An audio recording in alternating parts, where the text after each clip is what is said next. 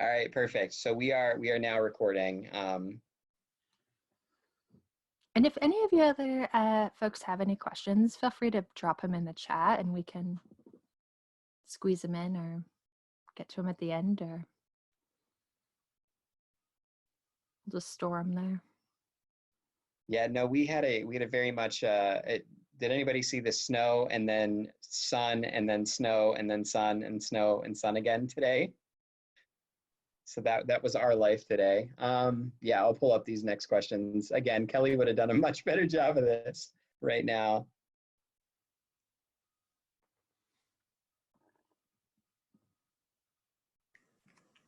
How's it been out there, Jillian? We thankfully this last week have had actually nice weather, so we've all gotten out of the house and go for walks and stuff because that's still up. But how's it been there? Yeah, it's definitely Montana spring. So we had like weather in the 50s. We're like, this is amazing. And we start gardening. And then we had a whole week of snow where I feel like it snowed more last week than it did all winter. And it's 50 degrees again today. And tomorrow's going to be 60. So we've been like pruning our apple trees. And then Saturday we're getting snow. So this is springtime. We had like a high 60s and beautiful sunny day. And I think it was that night it hailed, like dime and quarter size hail. Just nuts. Yeah, this is how like garden nurseries make their money, is with the false hope of spring, and people go and buy plants and then they just all die, and then we buy plants 3 times as often as we need to. What do you guys have in the garden? Well, nothing yet. But because like you can't plant here until like June 1st. But we did reorder raspberry bushes. So we have raspberries, we have strawberries and josta berries and apple trees. So we've been kind of doing that prep work. And then we usually plant hot peppers for my husband and tomatoes. Yeah, and just whatever. I don't even know actually this year. We buy all of our stuff at the farmer's market. And I'm not sure if we're going to have a farmer's market. So we'll see. Yeah, nice. Yeah, we do a lot of the same in our garden. So I don't know what a josta berry is. What is that exactly?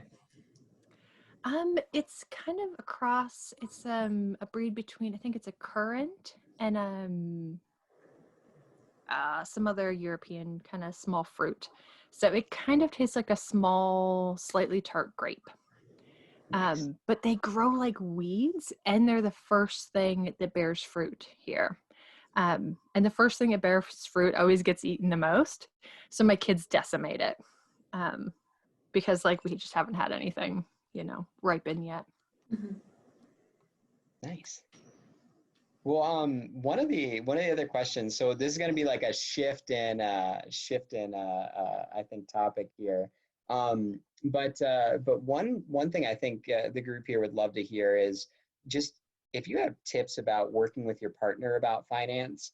I think many of us have. So Corey and Antonella are both in separate rooms right now, so we gave them a hard time about that. But many of the folks are either in relationships or looking at like future relationships. And some of us, I think, are in very different spectrums. So just if you could kind of elaborate, people that are really tight, like Corey and Antonella, and able to come to this together and talk, or my wife who's out of the room and has like no interest in coming and joining. Just curious what your perspective is and any tips you give to this group. Yeah, my husband Adam, still to this day, and by that I mean, oh shoot, what are we, like 5 years after financial independence, has almost zero interest in personal finance. And it's funny because now that like I have more financially independent friends and we get together with people and other content creators, I kind of harass him by asking him simple FI questions, so that, me and the other people can make fun of him, which he's a great sport about and really enjoys it. Things like, what is the 4% rule? Or what is an index fund? And to hear him explain what an index fund is so heartwarmingly horrible, and just inaccurate, just straight up wrong. Chris, who wrote the ChooseFI book, with the ChooseFI team. We went and hung out with McDonald's one morning as people with kids who are also cheap do. And yeah, he was like, my husband gave his answers for like what he thought the 4% rule was. And Chris was like, yeah, you should really read my book. That's not it. Nice. And Joel's a proud new owner of that book, and Chris is actually joining us next week. So Nice. He's a friend of somebody in our group as well. So I was going to share that news a little later, guys, but we'll talk about that later. Yeah, that's awesome. I have a question just to kind of piggyback off that is, how did you guys get really interested in financial independence and things like that? Yeah. Yeah, I was interested because I grew up poor and it sucked. And I decided I didn't want to do that. So I decided that more money would be a good antidote to a lot of those challenges. And my husband, really the way he grew up kind of like a really nice cushy middle class. So when we met, he was in debt because he couldn't actually afford to like maintain his parents' middle class lifestyle when he was in college, but he tried via credit cards. So we kind of had to get on the same page through life planning stuff. A lot of the content on my site is around how to ask some of these bigger questions, how to be more intentional, because that's what united us. I'm married to a guy who will never really care about index funds. He'll never care about the 4% rule. Like, he just so indifferent. But we have this really strong shared vision of what we want our life to look like and what we care about and what we're passionate about. And so once we could get on the same page with that stuff, then I could say, oh, here's how we can make that happen financially. We just have to do these things. And he'd be like, cool, that sounds fantastic. Yeah, let's do that. So he very much enjoys being financially independent, but this was none of like his doing.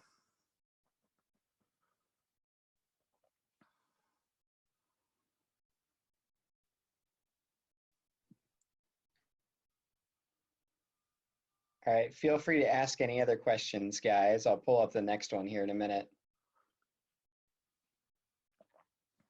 I'm also a compulsive drinker of tea. So not only did I bring my tea, but I brought a hot water refill to top it off as we go. Nice. We did do a BYOB, so all of us brought our drinks too. Nice. How about this? So we'll give you a soft one. Are you a movie buff at all? No. Okay, because we asked Brad this too, and he was like, I don't watch movies. But we were curious, what's your favorite finance movie of all time and why? So this I do have an answer for. My favorite finance movie, or FI specific movie, totally fine, anything, is Moana. Nice. How so?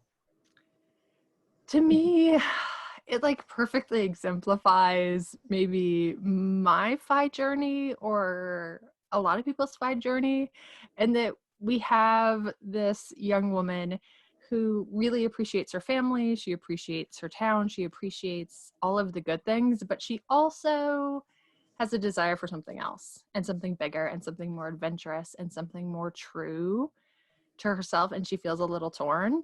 So she has to go off on this journey, but at the end she's able to reconcile the two.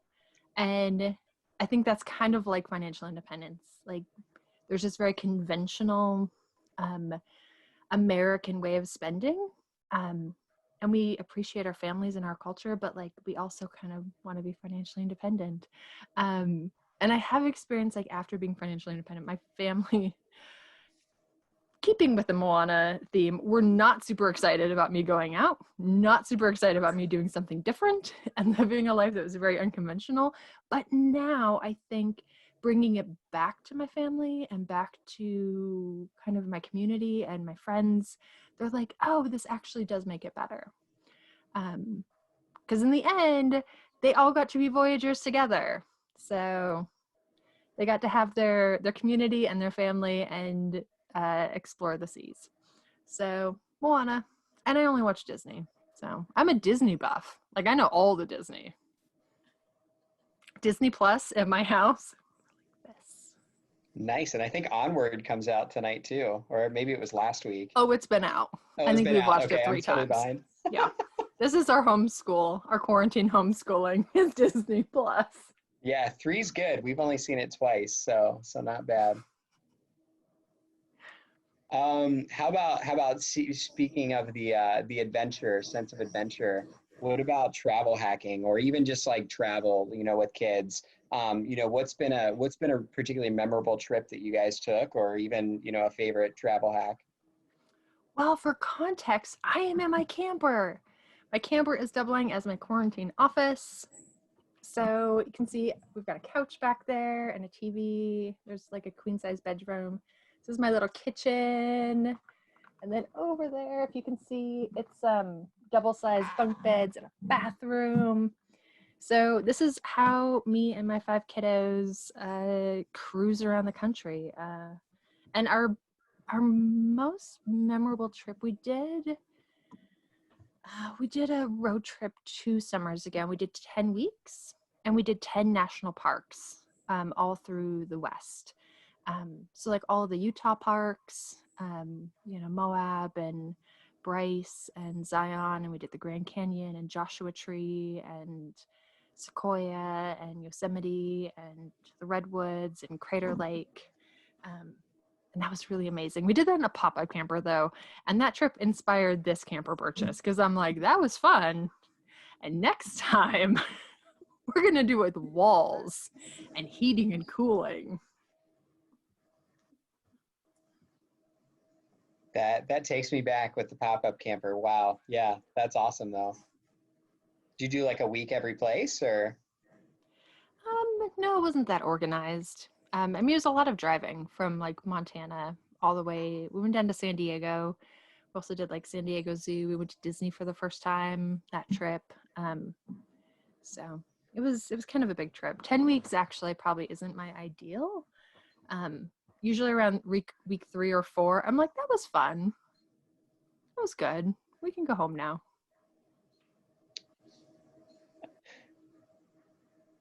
Nice. Well, next I've got, how about, with the kids, any funny stories in parenting and finance or any challenges? Yeah, actually one of my last trips I took my oldest on kind of a work trip to Arizona. And we talk pretty openly about money. Like he has his own investment account and he's really involved in our rentals. But for whatever reason, we got off the plane and it was super late and we're taking a Uber to our Airbnb. And all of a sudden he decides that he wants to talk about investing and rental income. And like, we've got this Uber driver and he's like, so really like the reason you guys are rich, it's because like you bought a lot of stocks, right? And then those stocks went up in value and that's why we have so much money. And then you bought these houses and you get all of this rent. And he's like, it's just like, I'm really open about money, but like having my 12-year-old try to like divulge all of our personal financial information in front of our Uber driver even made me feel slightly awkward. I was just like, I didn't want to be like, no, we'll talk about this later. Like, we don't really have to talk about our net worth in the back of an Uber, but I didn't want to shut him down. So it was like literally the most interested he's ever been in talking about it. Was in front of a stranger. Yep. Yeah, my kids have the tendency of giving out like all of our personal details, like their schools to perfect strangers, and then like our entire address. And I'm like, no, please stop. Yeah. Net worth, that's a new one. Oh, dang. Yeah. Nice. Well, what questions do you guys have? I've got some other ones, but how about the group? I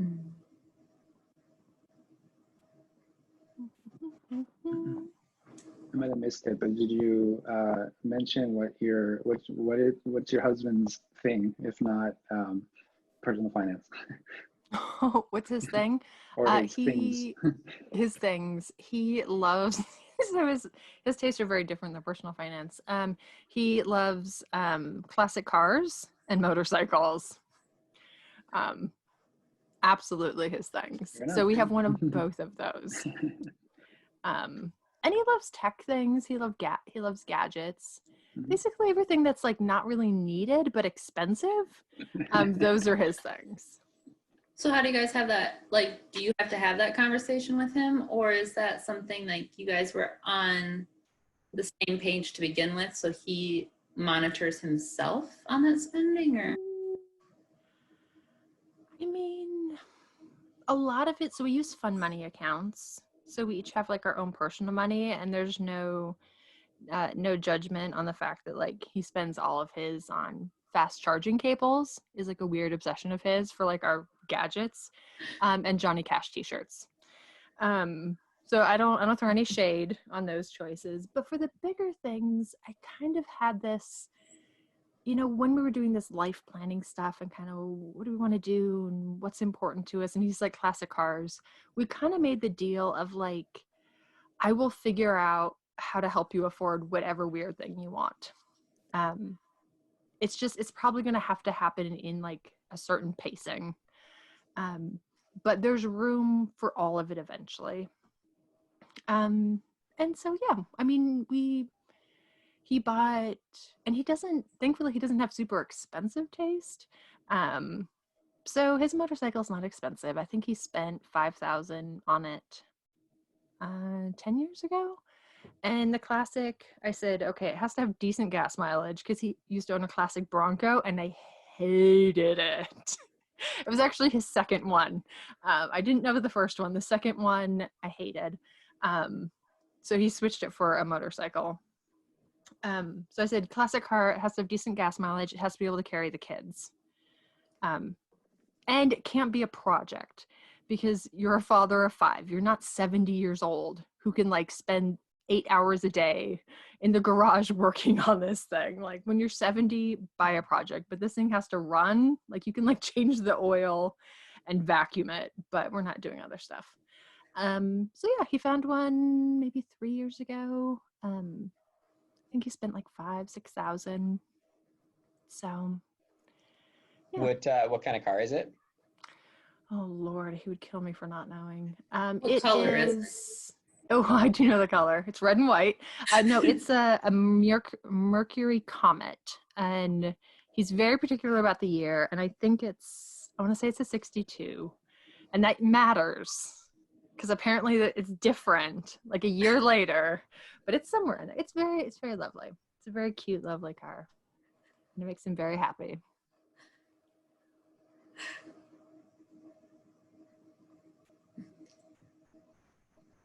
Yeah, I was just listening about the fund money accounts. So that's one that I would love to implement at the house now too. I think we had not done that, but I think I just heard one of those. It must have been on the Everyday Courage that you had talked about that recently. Yeah, so that's a good episode. I was curious just about where you see Everyday Courage going to, because I like the format. It's a lot shorter. You've got really good stuff like that you've talked about. You had the best Mr. Money Mustache interview that I've ever heard. So you brought out a lot of really good stuff with him that he hasn't necessarily talked about previously, but was curious about your vision, where you see it going, what you want to do with it from here. Yeah. I mean, the format will stay the same. The interviews are going to be a little bit longer. We're averaging about 25-30 minutes. But yeah, I would say similar to this, but going even deeper, tackling harder subject matter in a way that's somewhat simple.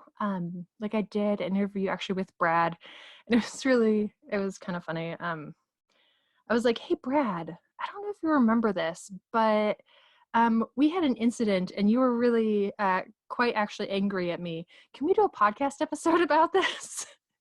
And we break out that whole like how to set boundaries and how to be clear in our communication in this really fun little podcast episode.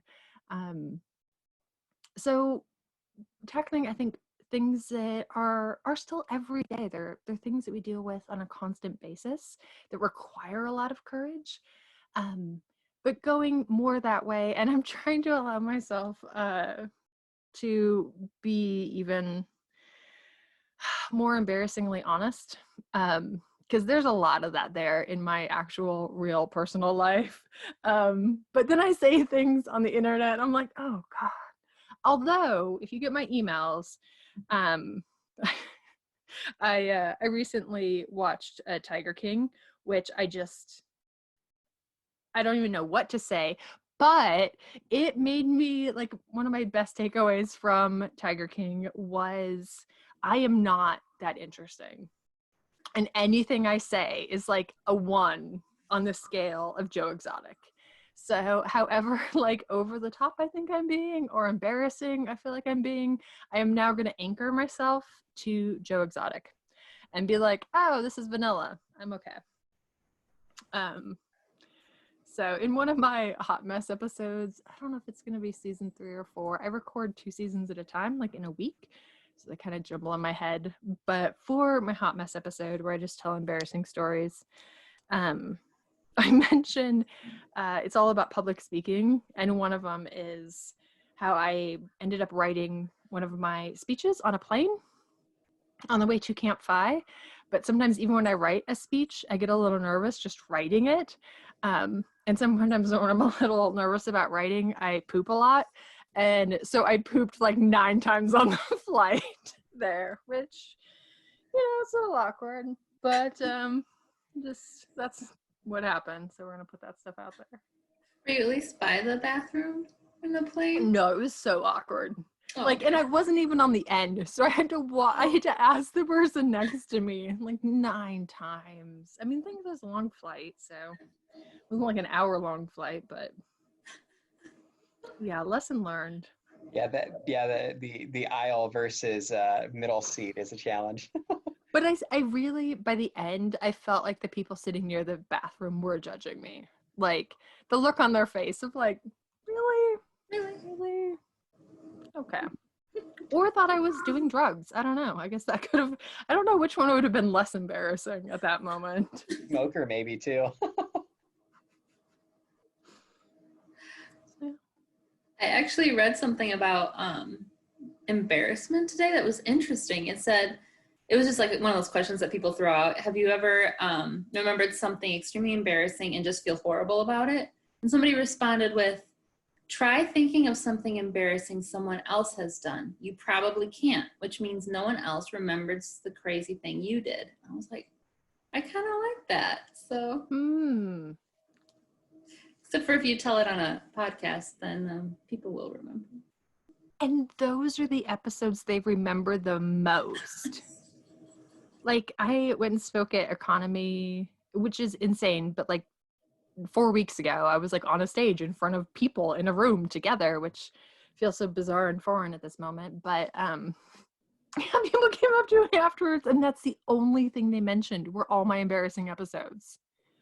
And they're like, oh my gosh, you must have an archive of stories. And I'm like, no, these are fresh. This could be a daily episode. I could do a daily how things are just kind of a hot mess. But I try to share, your point, Sean, the reason I'm going to share more and more of this is because I think there's this narrative that people who become very successful and people who accomplish a lot are just always winning. They're always winning at life. They start off great, the middle's great, the end is great, all along the journey is so smooth, and they have it together, and like there's something magical mixed in their DNA that helps them accomplish all these fantastic things. And in reality, a lot of it is just messy in the middle. Like it is so much more about consistency and taking action than perfection. Yeah.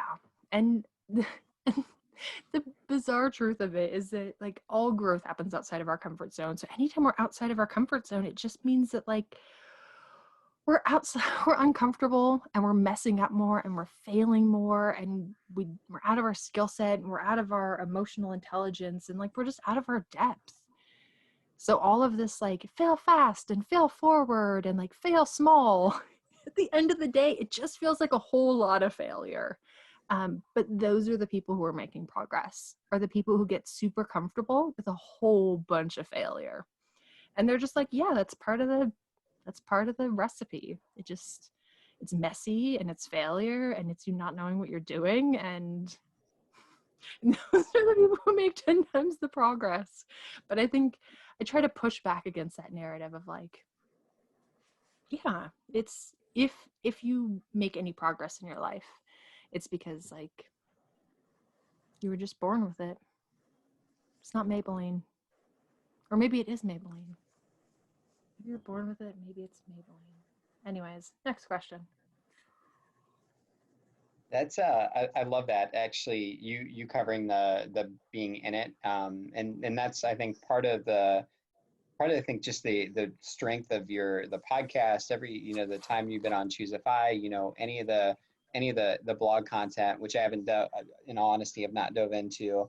But I just keep hearing this this narrative about you being able to share that perspective, and it's something that feels a lot like it's missing in this community.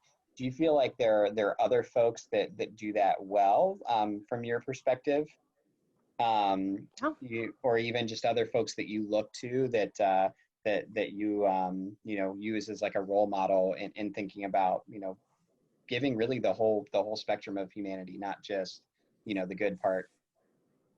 I think there are a lot of people who do it well.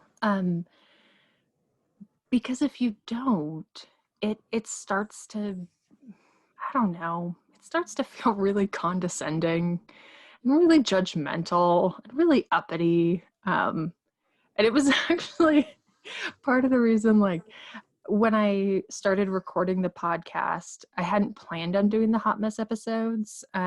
It came to me partway through because like I was giving all of this, like, we're having like these inspiring conversations and it was like good ideas or helpful thoughts. But then partway through, I was like, okay, this is like part of the story. We also need some space. We need to like cut through some of the intentionality with like what it actually looks like day to day, which is messy and funny and awkward and like a lot of failure. But yeah, there are people that that I really I respect and I admire that can confidently own their story, but can also own where they're at. In that, like all of us, we're in process. We're still working on stuff. We haven't arrived. I'm not to any destination. And Phi for sure was not the destination. It was one step in the journey, and there's a lot more work that I need to do. Yeah, and then I don't know. I think it's important to share both sides of that. Like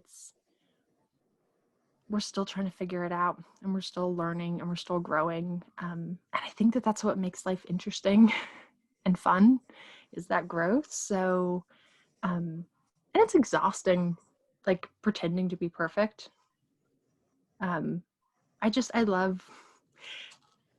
I love it in myself and in my personal relationships where like we can apologize and we can own our mistakes and we can realize when we mess things up. One of the most heartwarming things is me and my husband apologize to each other a lot. We apologize to our kids a lot because we mess up a lot. My youngest is so good at apologizing. He probably apologizes like 4 or 5 times a day. Like, oh, hey buddy, don't do that. He goes, oh, I'm sorry. And just like, it's just easy. And there's a lightness when you don't have that expectation of like, it has to be perfect and it has to be great. And you always have to like be doing the right thing. You can have horrible days and horrible quarters, and it's more about the consistency and the intentionality than perfection.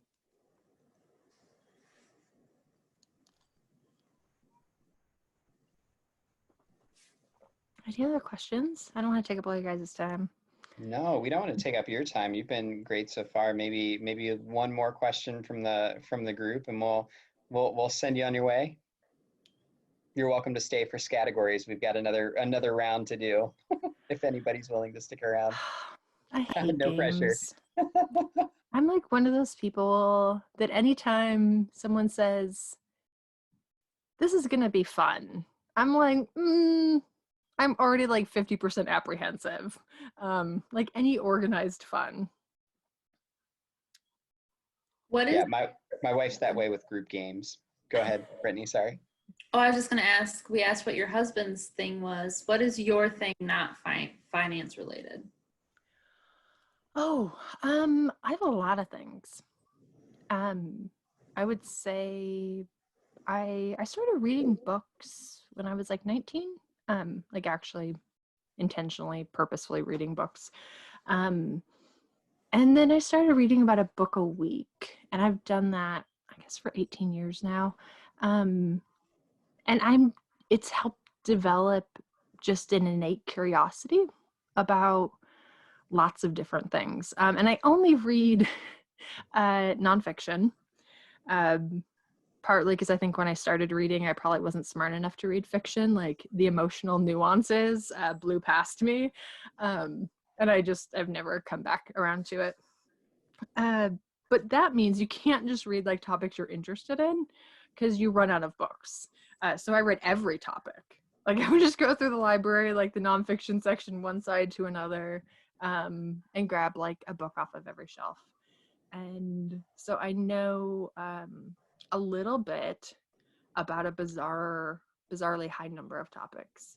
And I think they're all interesting. I'm curious about all of it. And it's the reason I like traveling, is there's so many more things to be curious about. So there's not many things that I would say I'm the most expert in, but I'm really curious about a whole bunch of different things. And I just find a lot of pleasure in, learning about it. So it's good for dinner parties though. Like whatever the other person's into, I've probably read 3 books about. So like I know I have enough base knowledge to where I can be like, oh yeah. Get them going. Yeah. Yeah. I know enough to ask thoughtful questions. Mm-hmm.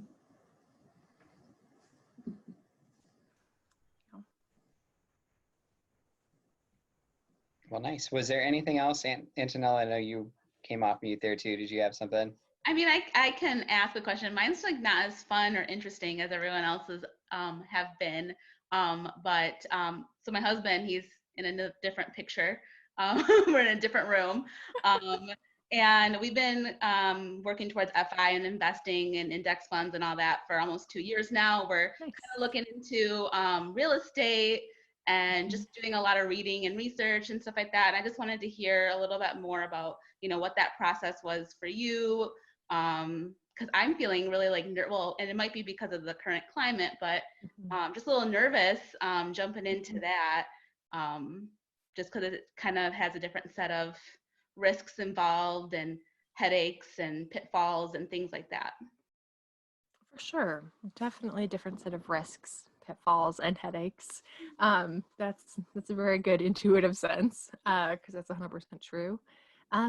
And right now it should feel riskier, because the reality is, with the real estate market, the risk has greatly increased over the last 30 days. And the profitability has not increased. So a lot of people are pausing things at the moment. Long term, that will balance out. And even in 6 months or 12 months, there might still be additional risk. But hopefully the prices will reflect that risk. And so there'll be more opportunity at the same time. We just definitely haven't gotten to that point. Like the bond market is crazy right now. It's doing very bizarre things. The government's trying to buy back those kinds of securities to try to secure it. I don't know what they're going to do or how well it will work. And I'm sure they don't know either. And like people can pay their rent late and people can postpone mortgages. So bizarre things are happening. But long term, It can be a good investment. It's something that it's really important to pay attention to the numbers. And I think to understand the numbers in a big sense of how real estate investing works, like by reading books about it, taking courses on it, studying, listening to investing podcasts, but also really understand your local numbers. So when we started investing in 2012, I had been following this local market for about a decade online. So I was really familiar with the historic prices and the historic rent trajectories. So while 2012 was kind of a terrifying time to buy rentals, because were 4 years into a housing crash that we didn't feel like it was recovering. I still had that historical context. So I understood the market. And I think I mentioned it in that video that you guys shared. No one around me when we started buying houses thought that this was a good idea. Literally everyone, people who lived here their whole lives were like, I think you're making a horrible mistake.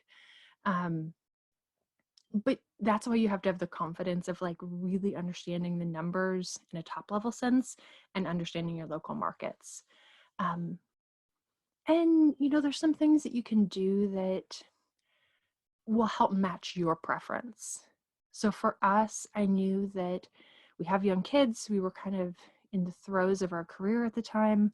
I knew we didn't have a ton of time and we couldn't have a ton of hassle. So we opted to just buy larger single family homes because tenants don't move out with no notice.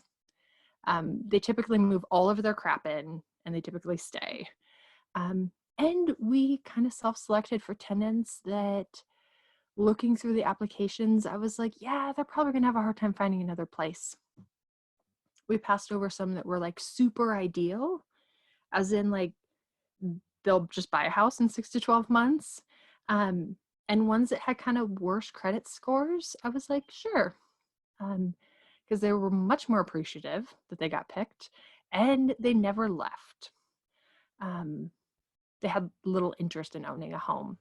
So we picked things that matched us, where I had other friends who bought like apartment complexes and they were like banging on doors every month trying to collect rent. People would move out in the middle of the night and I was like, this is not my season of life to do any of that. So so we've never really had any of those problems.